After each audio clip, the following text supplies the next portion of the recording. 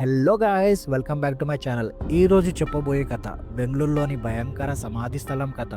బెంగళూరు నగరం సాఫ్ట్వేర్ కంపెనీలు, అద్దె రోడ్లు, ఆధునిక భవనాలతో నిండిపోయి ఉంటుంది. కానీ ఈ నగరంలో ఒక ప్రదేశం ఉంది. దాని గురించి వినగానే ప్రజలు వణికిపోతారు. అది ఒక పాత సమాధి స్థలం కథ. ఈ ప్రదేశం రాత్రి వేళలో చాలా భయంకరంగా మారుతుంది. వింత కాంతులు, గాలి లేని సమయంలో వినిపించే శబ్దాలు, ఎక్కడి నుండో వచ్చే రోదనలు, ఇవన్నీ సమాధి స్థలాన్ని ఒక భూతాల వాసలంగా మార్చేశాయి. ఈ సమాధి స్థలం 18వ శతాబ్దంలో బ్రిటిష్ పాలనా సమయంలో ఏర్పడింది. యుద్ధంలో చనిపోయిన సైనికులను ఇక్కడే సమాధి చేసేవారు. తర్వాత చాలా కుటుంబం కూడా తమ బంధువులను ఇక్కడే పాతిపెట్టారు. కాలక్రమం ఇది ఒక పెద్ద ప్రదేశంగా మారింది. కానీ ఇప్పుడు ఇది నిర్లక్ష్యంగా ఉంది. చెట్లలో, పొదాలతో నిండిపోయి ఒక వింత నిశ్శబ్దాన్ని సృష్టిస్తుంది. ఈ సమాధి స్థలాన్ని ఒక ప్రసిద్ధి గాథ ఉంది. ఒక బ్రిటిష్ సైనికుడు యుద్ధంలో దారుణంగా చనిపోయాడు.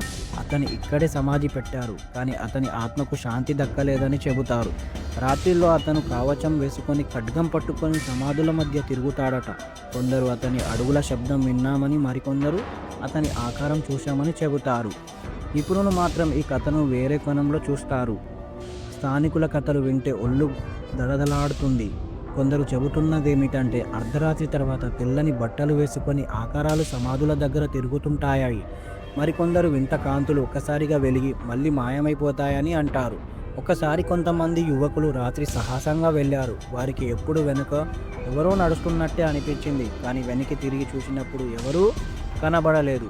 ఇది నిజంగా ఆత్మల ప్రదేశమా, లేక మనిషి భయం కలిగించే మానసిక మాయమా మాత్రమేనా అన్నది ఎవరికీ తెలియదు. కానీ ఈ ప్రదేశం దగ్గరికి వెళ్ళిన వారికి ఎప్పుడూ ఒక వింత అనుభూతి కలుగుతుందనే మాత్రం నిజం.